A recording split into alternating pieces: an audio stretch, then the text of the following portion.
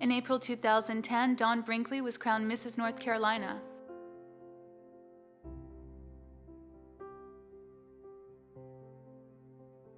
I have cervical dystonia, but it won't have me. When I was first diagnosed with cervical dystonia, I knew that I had my work cut out for me. Cervical dystonia is not like one of these disorders where if you said that you had MS, people would say, oh. When you say that you have cervical dystonia, people say, what's that? Cervical dystonia and blepharospasm are conditions involving sustained muscle contractions and repetitive movements. People with blepharospasms like me experience involuntary spasms of the muscles around the eye. Symptoms can vary from an increased blink rate to a sporadic eyelid spasm that occur during most of the day. It is the greatest feeling to have somebody contact me and say, look at what you did.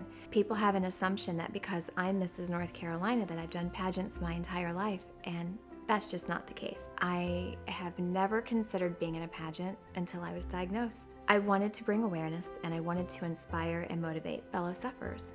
I find advocating for cervical dystonia is one of the most rewarding aspects of my life. It's how I make my mark on the cervical dystonia community. It's so important to me that I help others understand that there are treatments and resources available to them.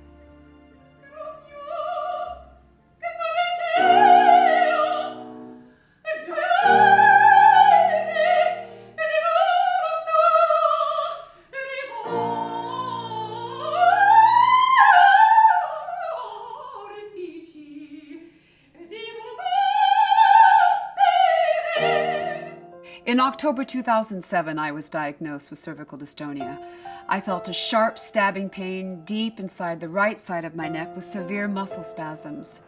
For those who suffer with chronic conditions like cervical dystonia or blepharospasm, creative expression has a part to play in how we feel physically and how we feel about ourselves. There's something about the power of creativity and expression that brings people together. We write stories and poetry, make music, draw pictures, cook and dance and sing, inspiring ourselves and others, and making a positive mark on the world around us.